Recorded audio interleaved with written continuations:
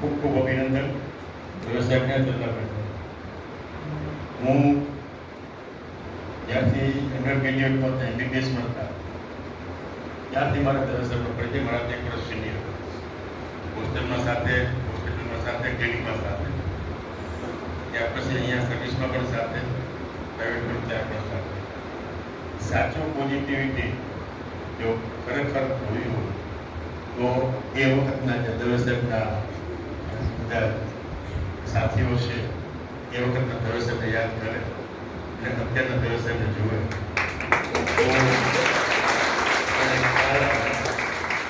આપણને ખ્યાલ આવે ખરેખર પોઝિટિવિટી શું છે. એક બે ઘટના કહીશ દવેસર માફ કરે કદાચ સાચી વાત પણ હોઈ શકે. સાચી વાત જ છે. એટલા બધા ટેન્શનમાં રહેતા કે ડ્રગનું એડિક્શન થઈ ગયું. રોજની 25-30 પુસ્તકો અને પ્રેક્ટિસ કરવા બેસે તો ટેબલ ઉપર 6 બાર રાખીને બેસે. એ વખતે દવેસર બહુ કરમ બગાડેલા ને એ બધું આખા ગામમાં ને આખા જિલ્લામાં ઈચ્છા હતી. એમાંથી તમે અત્યારના દવેસરને જુઓ તો તમને કલ્પના પણ ન આવે કે આ એ દવેસર છે.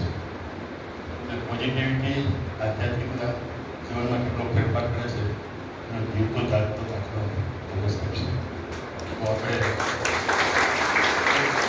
ડૉક્ટર તરીકે આપણે કલીગ તરીકે આપણા સિનિયર તરીકે આપણે ગૌરવ લેવું જોઈએ કે આટલું સન્માન ને આટલી ધાર્મિકતા અને આધ્યાત્મિકતા એક ડૉક્ટરમાં હોઈ શકે એ આપણે નજરે જોઈ રહ્યા છીએ. જેવી કેમિકલ ડૉક્ટર મને ખબર છે આપણી ફાર્માસ્યુટિકલ કંપની એના પ્રોપ્રાઇટર જેવી મોદી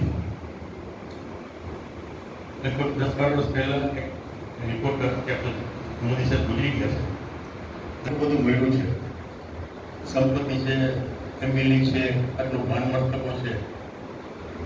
તમારા જીવનમાં કંઈ તમને અત્યારે ખૂટતું એવું લાગે છે તો મોદી સાહેબે એવો જવાબ આપ્યો કે મારી પાસે બધું છે, કોઈ વાતની કમી નથી, પણ મને અફસોસ છે કે હું આધ્યાત્મિક ન બની શકું. આ એનું છેલ્લું ઇન્ટરવ્યુ. તો આધ્યાત્મિકની કેટલી અસર હોય છે.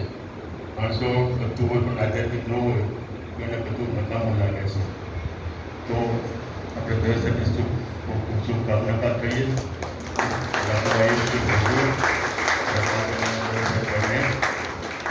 બીજી એક વાત દવેસરની કહીશું કે તમને કોઈને ખબર નહીં.